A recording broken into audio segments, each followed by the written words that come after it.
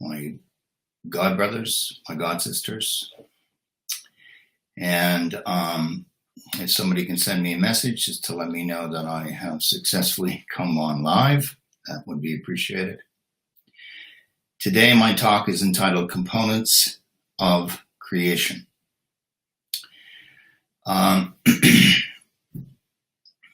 There is no God. All this creation just happened. There was a big bang, and that began creation, and all existence flowed from this big explosion. So say scientists and many atheists.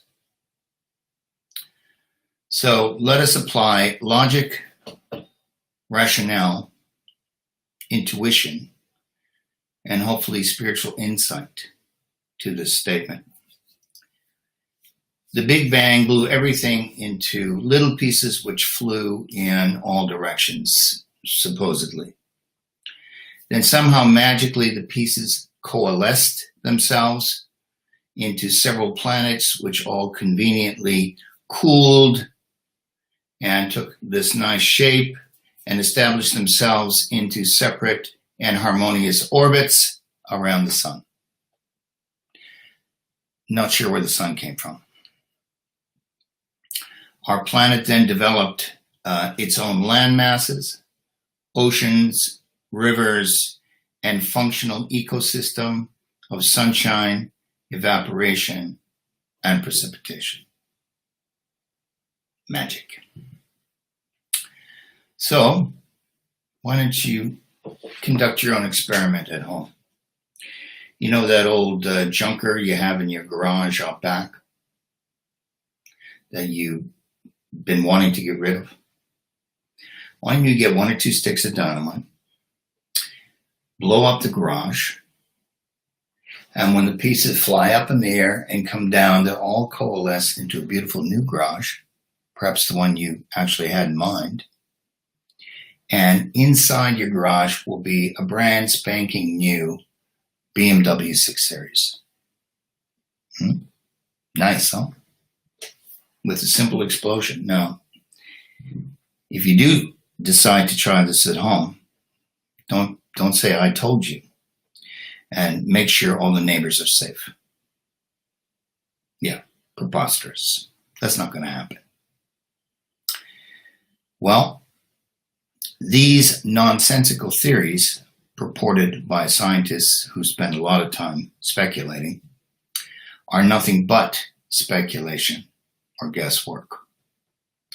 There's a statement in Vedanta that says, knowledge producing many theories and doctrines through hypotheses and speculation is the product of Rajoguna, Rajas, the mode of passion. So we have 3 modes of nature, as we know. We have tamas, mode of ignorance, darkness. We have rajas, mode of passion, desire. And we have sattva, mode of goodness or contentment. In order to understand philosophy and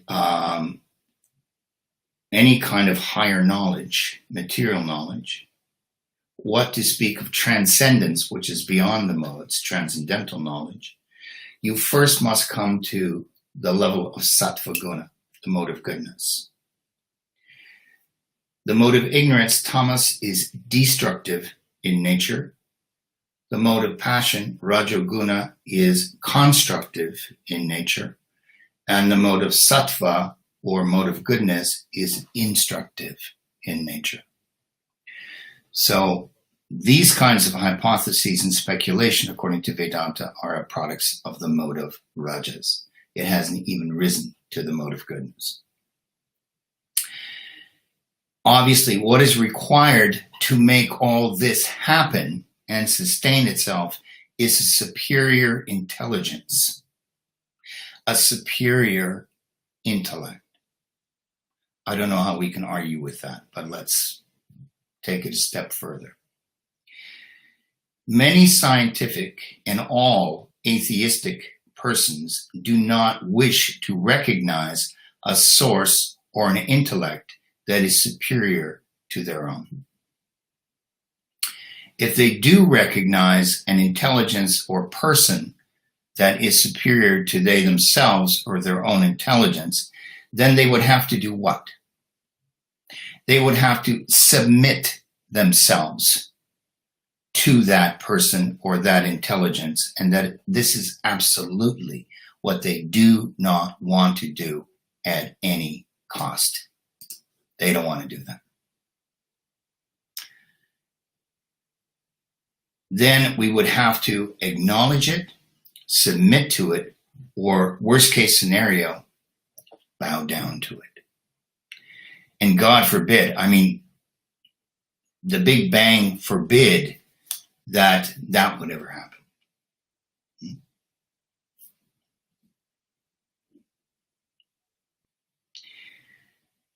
Now, in our experience in life, and everything we do, have seen, have been exposed to, which we've been exposed to a lot of amazing things in this world. What does it take in reality to create something beautiful? In art, for example, Michelangelo, Da Vinci, Rembrandt, Botticelli, Titian, to make paintings like these people make, and sculptures, what does it take? Does that not take a level of brilliance or genius, creative genius, in order to do what they do?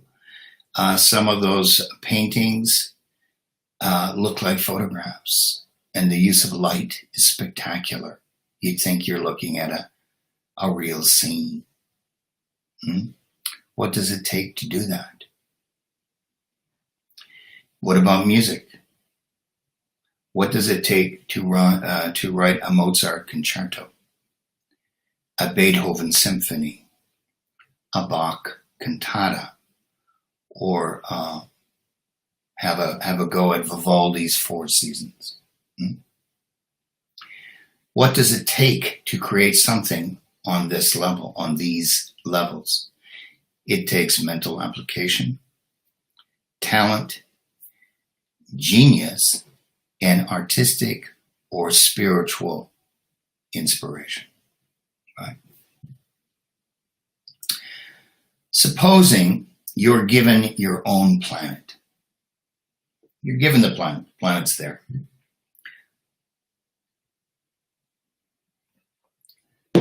How would you create an ecosystem with functioning biodiversity? How would you do it? You'd have to create all life forms, from plants to insects to birds to reptiles to mammals.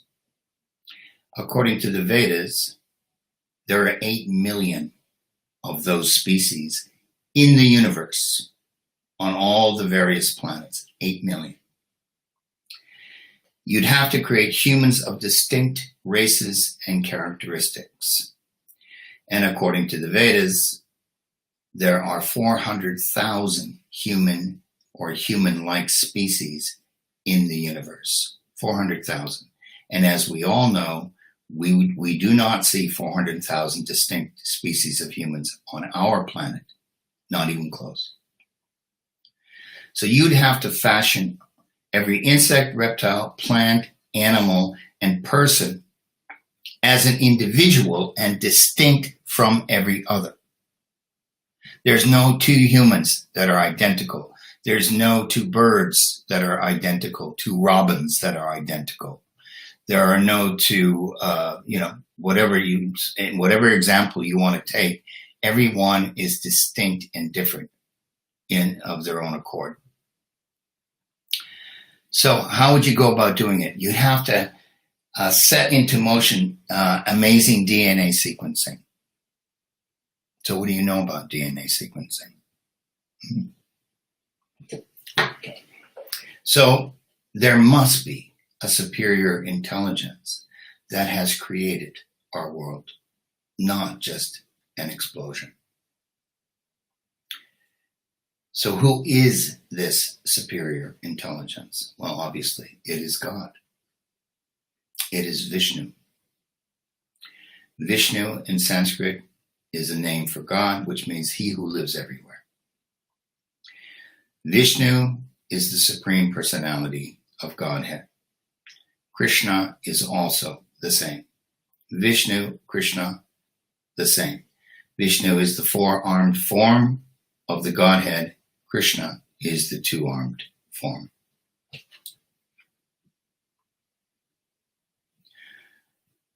So here's a quote from Srimad Bhagavatam, the Bhagavat Purana. This is second canto, chapter 5. Thus all the universes remain thousands of eons within the water of the causal ocean. And the Lord of all beings, Vishnu, Mahavishnu, the great Vishnu, entered into each of them and caused them to become fully animated. Although lying in the causal ocean, the Lord came out of it and dividing himself, he further entered into each and every universe and assumed the form of the Virata Rupa, the universal form. There is a purport right near that verse in which Prabhupada, our founder Acharya, my guru, in his comment, he says, the process of creation and annihilation is called anadi. Anadi means beginningless, or without reference to date regarding the time that the creation first took place. Because the duration of even a partial creation is 8,640,000,000 years, solar years, our years. Even a partial creation, not even a full-fledged one. As mentioned, he continues, as mentioned in the Vedic literature, the creation is created at certain intervals and is again annihilated by the will of the Lord. The whole material and spiritual creations are a manifestation of the energies of the Lord, just as light and heat are a manifestation of the different energies of fire. The Lord therefore exists in his impersonal form as well by such expansion of his energies, and the complete creation rests on his impersonal energy. So we know from the Vedas that there are three cycles, or three elements of the cycle of creation. They are Srishti, Sthiti, and Pralaya. Srishti is creation, Sthiti is preservation, that it remains for a time, and Pralaya is dissolution. This is a cyclical movement and goes over and over again. It does not end. As long as there are souls who are coming down to the material world who want to live separately from God, who want to be the center of their own universe and create their own reality, and then this will be provided. The main creation is the spiritual creation, or the spiritual sky, which is filled with innumerable spiritual planets, where different manifestations of God live on each planet. It's explained that the material creation is like a cloud floating over there someplace in the spiritual sky. And they say it's like 1/4. I don't know if it's 1/4 or not, but that cloud is the material world, the material creation. So everything is cyclical, is what we learn about the creation, just like the seasons. They're cyclical. Same idea. If you look at religions such as Judaism, Islam, Christianity, their sense of creation or life is linear only. You're born, you live, you die, You're done. Finished. That's it. It's all over. Seems to be a very limited understanding of, or very limited scope or limited lens in which to look at things. And, they're busy trying to convert people to that idea. Okay. Here we practice yoga. This is the yoga system. It is Vedanta, the end of all knowledge, the summum bonum. Are we busy trying to convert people? No, not at all.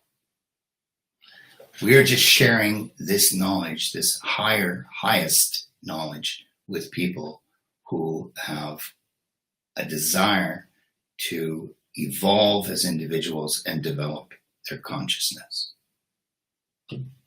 Not a religion. So what do we learn from Bhagavad Gita? Maya jakshena prakriti suyate sachara charam hetunanena kamteya jagad viparivartate. Krishna spoke Bhagavad Gita. Bhagavad Gita, if you do not know, is the main scripture or the main treatise, the main book in relation to the Vedas that most people are familiar with. And Bhagavad Gita is the science of yoga. So Krishna, the Supreme Personality of Godhead, speaks it to his friend Arjuna at on the verge of a battle. The translation for that verse is, this material nature is working under my direction, producing all moving and non-moving beings. Under its influence, this material manifestation is created and annihilated again and again. Jagad viparivartate. Viparivartate means over and over and over again. Created and dissolved and created and dissolved. That's what it means. And characharam means movable and immovable beings. Movable beings are us, the animals, the birds, and immovable beings are the plants, the trees, etc. Excuse me. Also in Bhagavad Gita, chapter 15, Krishna tells Arjuna further, he says, Gama Vishya Chabhutani Darayam Yaham Ojasam. He says, I enter into each planet. Firstly, he creates the planets. We read that a moment ago.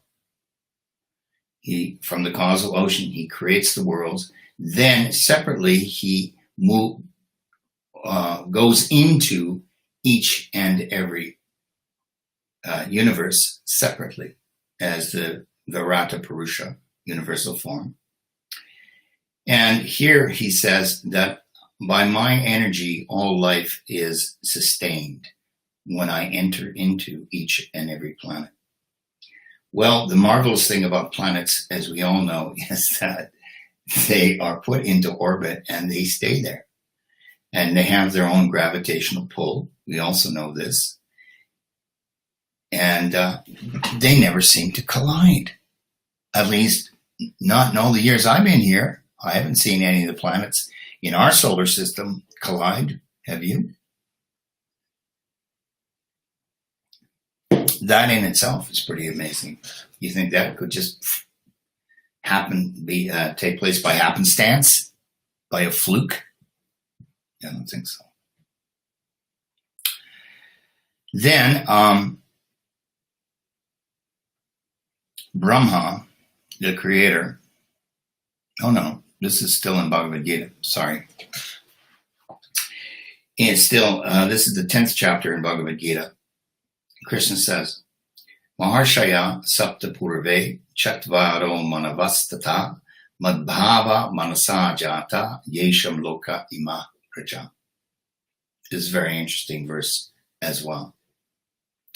Here he says the 7 great sages, and before them the 4 other great sages, and the Manus. A Manu is a progenitor of mankind. come from me, born from my mind.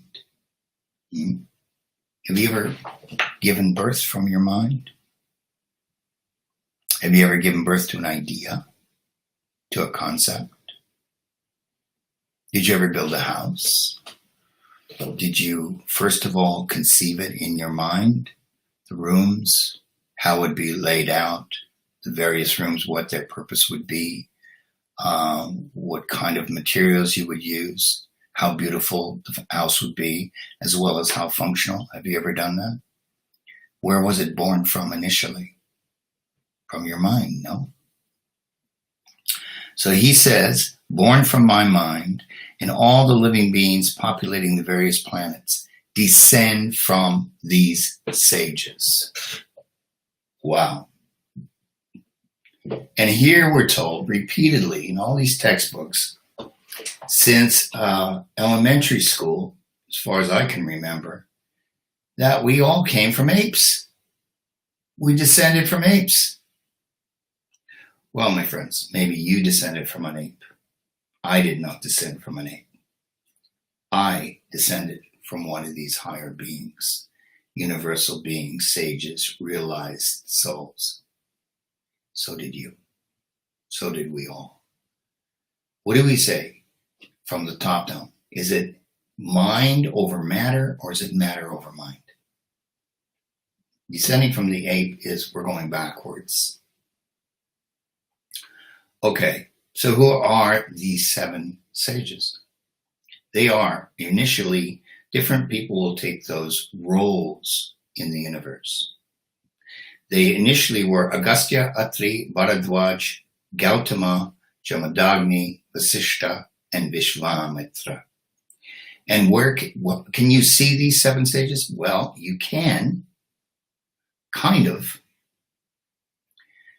It is stated in the Vedas that the stars that you see in the sky are actually realized souls, or realized beings, or beings vibrating at a very high level, so that they're deva-like, godlike, godly-like. It's because they shine. We know from old paintings in various traditions that when people become more and more spiritual, more and more realized, they begin to shine, and there's a halo. So many paintings you'll see with halos around the heads, correct? Yes. These beings shine. So who are the 7 sages? They are the 7 stars of Ursa Major, the Big Dipper. These are the 7 sages. Then he says the 4 other great sages before them, who are they? They are the 4 sons of Brahma himself, the creator. Sanaka, Sananda, Sanatan, and Sanat Kumara. And the 14 Manus. The Manus their job is to go forth and procreate. They're the progenitors of all species. Now, in the Bhagavad Gita, chapter 7, Krishna says this: as the Supreme Personality of Godhead, I know everything that has happened in the past, all that is happening in the present, and all things that are yet to come. I also know all living entities, but me, no one knows. All living entities are born into delusion, bewildered by the dualities arising from desire and its opposite, dislike, or attraction and aversion. Ichcha, dvesha, samuttena, attraction and aversion. These are the dualities. Black, white, fat, thin, ugly, beautiful, rich, poor, good, bad, etc. I'm attracted to this, I'm repulsed by that. As it says clearly, any attachments that we have, any attachments, positive or negative, positive attachments out of love, that we may be attached to our loved ones, or that we may be attached to certain activities that we like to do, or sensual pleasures that we enjoy, or if we are attached to whom we hate, like there's a lot of that going on in our world at the moment, to the people we hate, to the people who think differently than we do, to the people who challenge us, to the people who are clearly wrong, because I know I'm right, so I know all those people must be wrong. There's your polarized. That's how these people become polarized. If you're attached to those opinions of certain people and circumstances, or you're attached to the positive things, then you will take another birth, for sure. You cannot be attached to anything in the mundane sphere at the point of death, or you will come back in order to fulfill. You will come back to fulfill that attachment that is drawing you here, keeping you here. At the point of death, we cannot have any material desires, positive or negative whatsoever, connected to people or things. One material desire will get you another birth, another body. At the same time, in order to get off the wheel of samsara, reincarnation, we must have exhausted all of our karma. We must have cleared the karmic record, my friends. Those two things are necessary. Scientists are only interested in explaining the cause behind creation. They do not even consider that the creation has a higher purpose. No, it just all came about, was happenstance, was accident, and here we all are. There's no meaning to it. There's no logic. There's no rhyme. There's no reason. This is what it is. The purpose behind creation is for the fulfillment of desires and the evolution of consciousness for all souls. That, my friends, is the purpose of creation. The fulfillment of desires, your desires, material desires, let us be clear, and the evolution of consciousness for all souls. Not the devolution and not going backwards on the scale, going forwards. If there are 8,400,000 species of life and we are now in the human species, we're here. We're as good as, this is as good as gold, because in the human species can you get out, can you transcend the wheel of repeated birth and death. The animals can't do that. The best the animals can hope for is going up to a higher and higher and higher species. Can you go backwards? Back down the evolutionary ladder? Yes, my friends. You certainly can.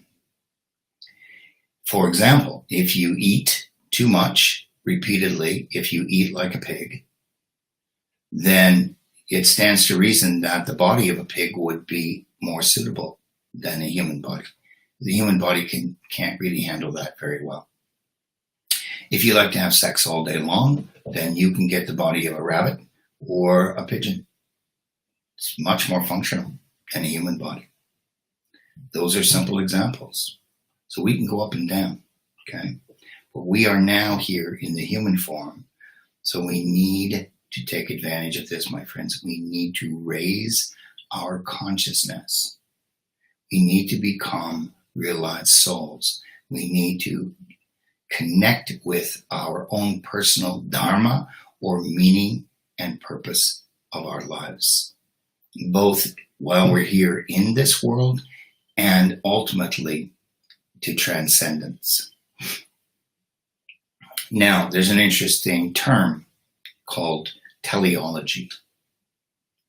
Teleology is the explanation of phenomena in terms of the purpose it serves rather than the cause by which it arises. The scientists, these guys who are, looking at creation, or the astronomers, or whomever, they don't think there's any purpose. They just think, they're interested in the cause and see how the universe unfolds, kind of thing. So if you tell them that, oh no, well, we believe that life must have a purpose, it must have meaning. It can't just be, it can't just be a random event, which is meaningless. If you say that, if we say that there's a purpose behind it, they call that promiscuous teleology. It's an interesting term, promiscuous teleology. Anyway, I'll let you meditate on that one for a while. Here's Brahma. Brahma, the creator, explains the purpose behind creation.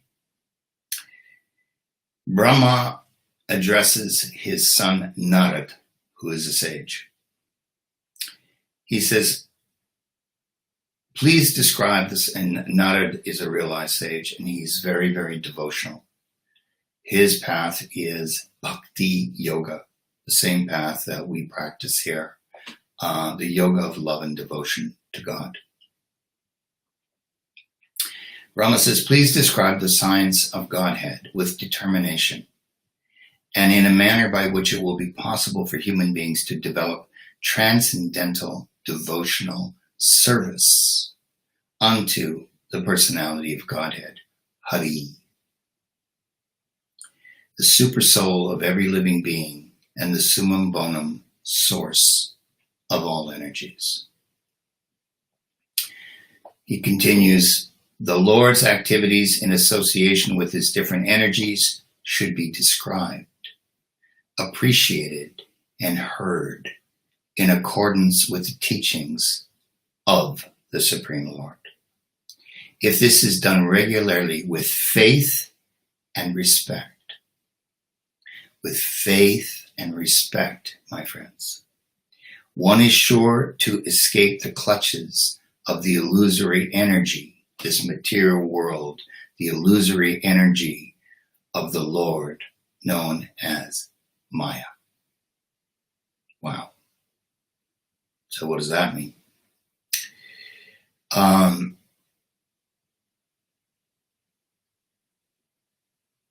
We have to come to understand that there is, just like there are material sciences, there is a spiritual science, and that science is most thoroughly and explicitly explained in the Vedas. I've studied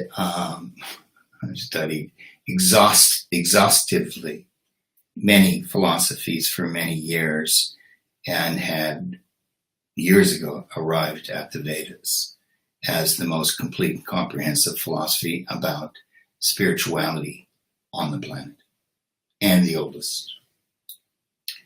So, as he says here, this must be done regularly. Why do you have to do this regularly? Because, my friends, we forget. We forget. If we don't do something with regularity, we'll forget about it. It'll just go into the recesses of the mind, correct? And we have to develop faith, and we must have respect. You can't study the science of yoga or Vedanta if you don't respect it.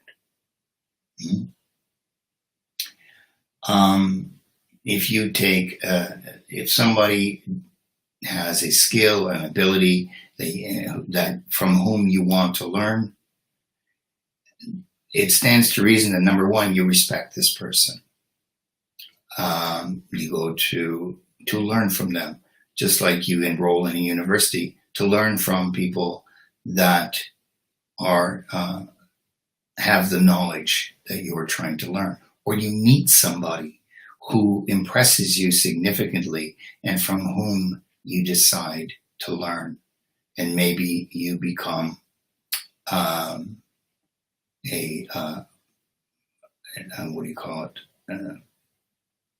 I can't think of the term now. No words escaping me. Anyway, student, obviously. And you learn from that person.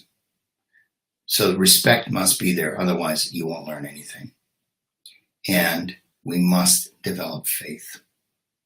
Now, faith does not take place in a vacuum, my friends. When you begin to apply spiritual principles, the principles of yoga, then you will get the results. If you begin to interact with Krishna in a loving, reciprocal relationship, he will reciprocate with you, I assure you. And from that, your faith will develop over time. Then in the 10th chapter of Bhagavad Gita, Krishna says, Aham sarvasya prabhavo matat sarvam pravartate iti matva bhajante mam buddha bhava samanvita. I am the source of all spiritual and material worlds. Wow. Everything emanates from me. Well, there's creation in one line, 2 lines. I'm the source of all spiritual and material worlds, and everything emanates from me. Who talks like that? Do you know anybody who talks like that? Does your uncle talk like that? Does your mother? Nobody talks like that. Only God talks like that. You read Bhagavad Gita, you'll see, you'll find out. So he continues, the wise who know this perfectly engage in my devotional service and worship me with all their hearts. So somebody has just sent me a text saying, is devotion not a path inspired by intelligence? Yes, of course it is. We have to have intelligence to understand devotional philosophy or bhakti yoga philosophy. But ultimately, it's not about intelligence. It's about developing love. And love is the purview of the heart, not the brain. Mm-hmm. Bhakti yoga, we have karma yoga, jnana yoga, bhakti yoga. Karma yoga is when you offer all of your activities, your work, your deeds to God. When you offer all your deeds to God, that means you will not get a karmic reaction. Karma means what? Action, reaction. Most of you know this. For every action, there is a concomitant, subsequent reaction. A good action produces a good reaction. A negative action produces a negative reaction. In Bhagavad Gita, it tells you very clearly, anishtam, ishtam, mishram cha. There are 3 kinds of karmic reactions: undesirable, desirable, and mixed. Mm-hmm. So karma yoga, offer your actions to God, means they do not result in reaction. Jnana yoga is developing knowledge. It is more of an intellectual approach, philosophical approach to transcendence. Is it legitimate? Absolutely. No doubt. But jnana yoga does not necessarily produce love of God.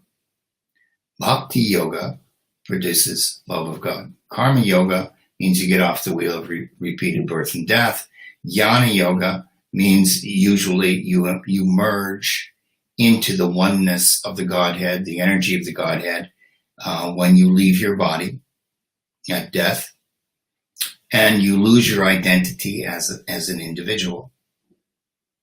And that's jnana yoga. It's moksha, liberation from the wheel of repeated birth and death.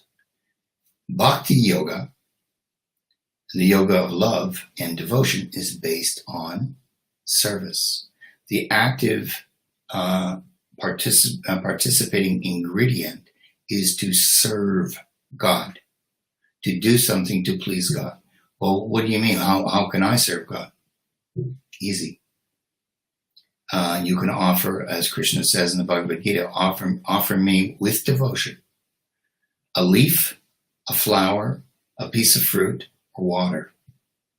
I will accept it. A stick of incense, make an offering, cook your food, your nice vegetarian food, offer it to Krishna first, then eat it. And it becomes prasad, becomes the mercy of God. Bhagavat prasad. So, the different methods of yoga, once you reach their respective goals, you stop practicing the yoga because you've arrived at it. You've become liberated, whatever, or you've developed yoga cities, yogic powers. And ultimately, you get out of the material world. But in bhakti, the service that you offer to God does not end at death. When you return to the spiritual world, that loving reciprocal relationship that you've developed practicing bhakti yoga with Krishna as your goal in your loving relationship with Krishna. If you don't like Krishna, then you find another manifestation of the Godhead. There are so many that you do like. For our purposes, we focus on Krishna. Why? Because he's the most attractive, supreme personality of Godhead. All attractive. There he is there. Krishna with Radha, his consort. So when you transcend, you keep doing that. You don't end your yoga practice. That is it. Doesn't end. Okay? Now, that's what he says. The verse we just read. I am the source of all spiritual material worlds. Everything emanates from me. The wise who know this perfectly engage in my devotional service and worship me with all their hearts. With your mind absorbed in God, and why do you worship Him? Why do we want to worship God? I mean, what's the point? To develop love, to become the loving being. What's the highest energy or the highest state of being in this world? It's love, my friends. It's unconditional love. It's love beyond race, color, creed, distinction. It's universal love. It's love of humanity, universal love of God. That's the highest experience one can have. What do we all look for in the material world? What is everybody looking for? Love. Who does not look for love? We want loving relationships with whom? With everybody. With our loved one, our spouse, our partner, with our children, with our family members, hopefully with mom and dad. In some cases, it's not that easy. With everybody, with your neighbors, you fall in love with composers, with painters, with singers, with actors, with sports figures. You fall in love with, you know what I mean by fall in love. You admire, you worship. So it's develop that love beyond any limitation. That's bhakti yoga. Why wouldn't you want that? The next verse, Bhagavad Gita, chapter 14. Krishna says, Sarva yonishu kaunteya murtaya sambhavantiya tasam brahma mahad yonir aham bija pradapita. He says, it should be understood that all species of life are made possible by birth in this material nature. Species with which we're familiar. And as I already told you, 8,400,000 species. There are many with which we are not familiar in the universe. This is not, here's a news flash for you, this is not the only inhabited planet in the universe. Sounds like heresy, doesn't it? According to the scientists. So he says, all species of life are made possible by birth in this material nature, and that I am the seed-giving Father. Aham, I, bija, seed, bija prada, seed-giving, providing the seed, pita, pita is Father. God the Father. He provides the seed. It is also stated in the Vedas that the man carries the seed in his sperm for the pregnancy. And that seed or that spark of life is injected into the womb through sexual congress, as this is how it's done down here. It's not done like that on every level. Down here, it's sexual congress, and the soul then begins to take form as a fetus and develop in the mother's womb, because she is the carrier, or the mother, really, for that. She has the body in which that soul can develop and finally, eventually, take birth. In the Vedas, it's explained that pregnancy takes place in 5 different ways. Did you know that? In the mind. Now, where does this happen? On Earth? No.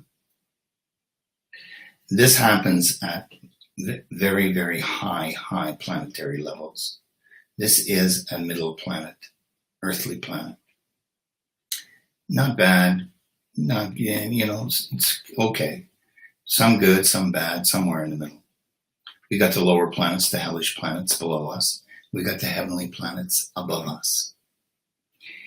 Among heavenly planets, where more souls go who are more beautiful or have better karma, and what to speak of higher planets where the realized souls are.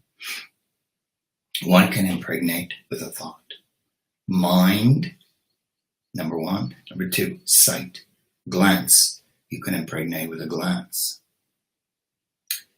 Sight, then sound. You can impregnate with the sound.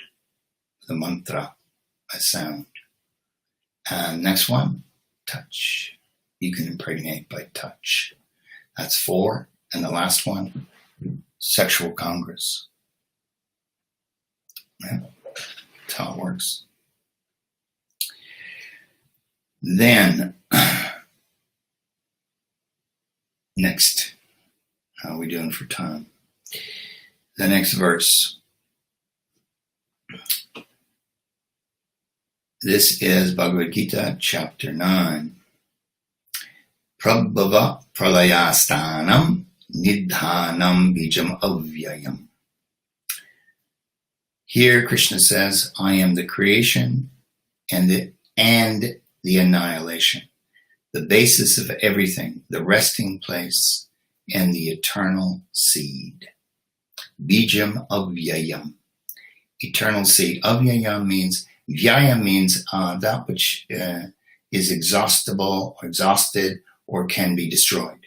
Avyaya means inexhaustible or eternal. So that's how you get eternal seed. All of this is the work of God, the Creator. And anybody who cannot see that, you surely, my friends, have been able to see that. I think I missed a bit here at the beginning.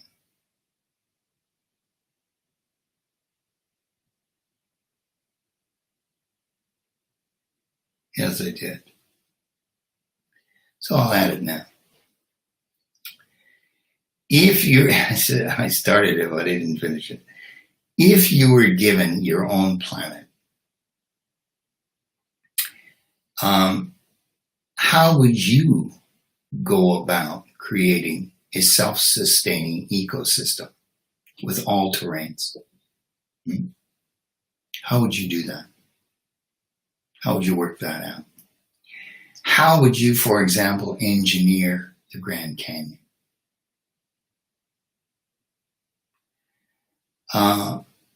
How would you light the sky and paint the sky with colors at sunrise and sunset? How would you do that? And each one different every day. What kind of mind does that take to do?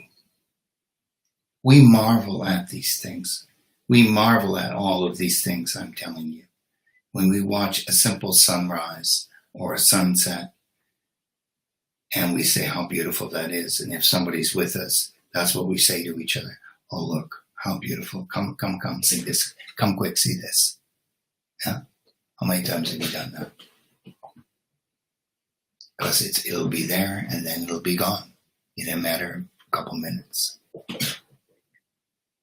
How would you do that? How would you set into motion in a functional manner heating and cooling systems? Sun, wind, temperature adjustment. How would you go about that? Not so straightforward. How would you orchestrate the monsoon rains in the various countries? Then you would also have to create an ecosystem with a functioning biodiversity, correct? You'd have to create all life forms from plants to insects to birds to reptiles to mammals. You'd have to create all of that.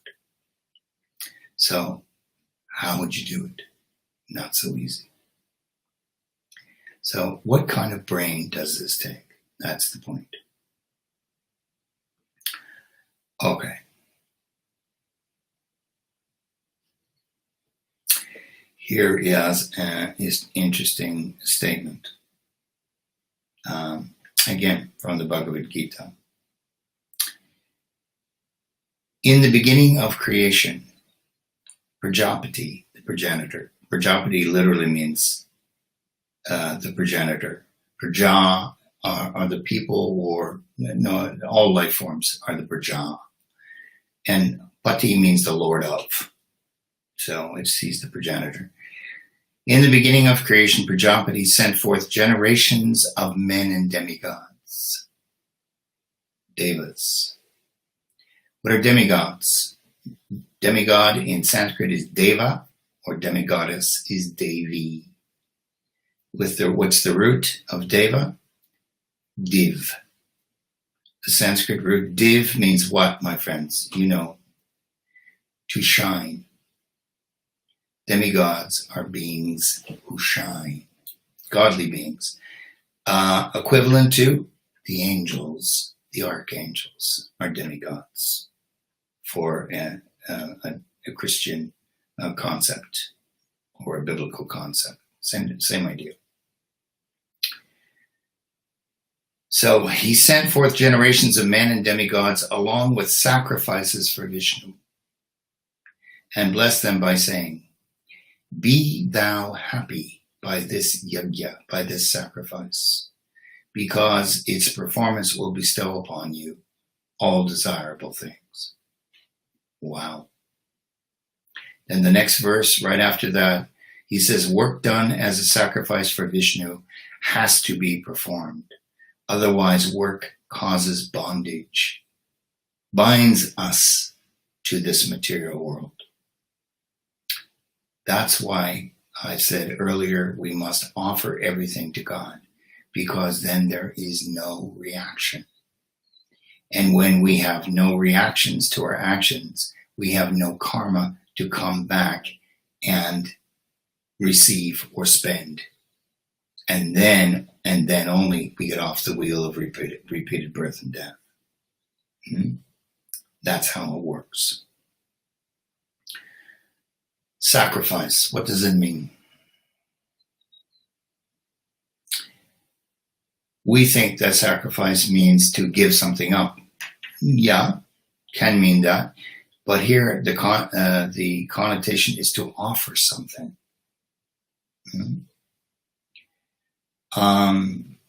If you have friends coming over, you might invite them over. In particular, come over for dinner, and you will make them a lovely dinner, and you will enjoy your dinner together. Yeah. And if you know what your friend's favorite food is, you might make that dish at the dinner so your friend can enjoy it.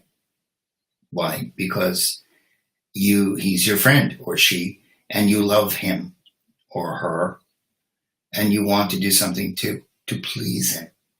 Correct? That's a form of sacrifice. So the same idea, we apply that to God.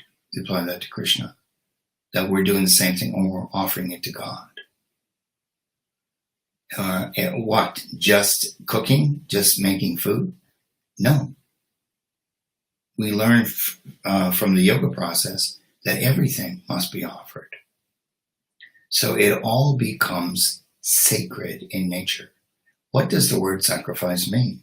It comes from the Latin sacer and facere, which means to make sacred. That's what the word actually means.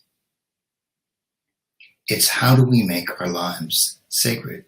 By offering everything to God. Thoughts, words, deeds, prayers, mantras, reading Bhagavad Gita and the Vedas, for example. This is the process. We encourage you to consider this if you haven't already, and to get closer to God, your source. What do you think would happen to your cell phone, your mobile, if it didn't get close to its source pretty regularly? As you've heard all your friends say, and yourself, oh no, my phone's dead. Can I plug it in somewhere and recharge it? That's what we're talking about. Recharging, connecting to the source. What does the word yoga mean? Yoga means linking of the soul with God. When do we do that? At death? Well, hopefully long before that. So we encourage you to connect with God in yoga practice, develop your love, bhakti yoga, and offer some service to God, to Krishna. And I think I have proved, well, in my mind, proved conclusively that the creation is based upon the actions of the Godhead, not the speculations and empty theories of limited scientists with limited minds and limited senses. I hope this has been of some value to you. I thank you for your kind attention. Hare Krishna. See you again.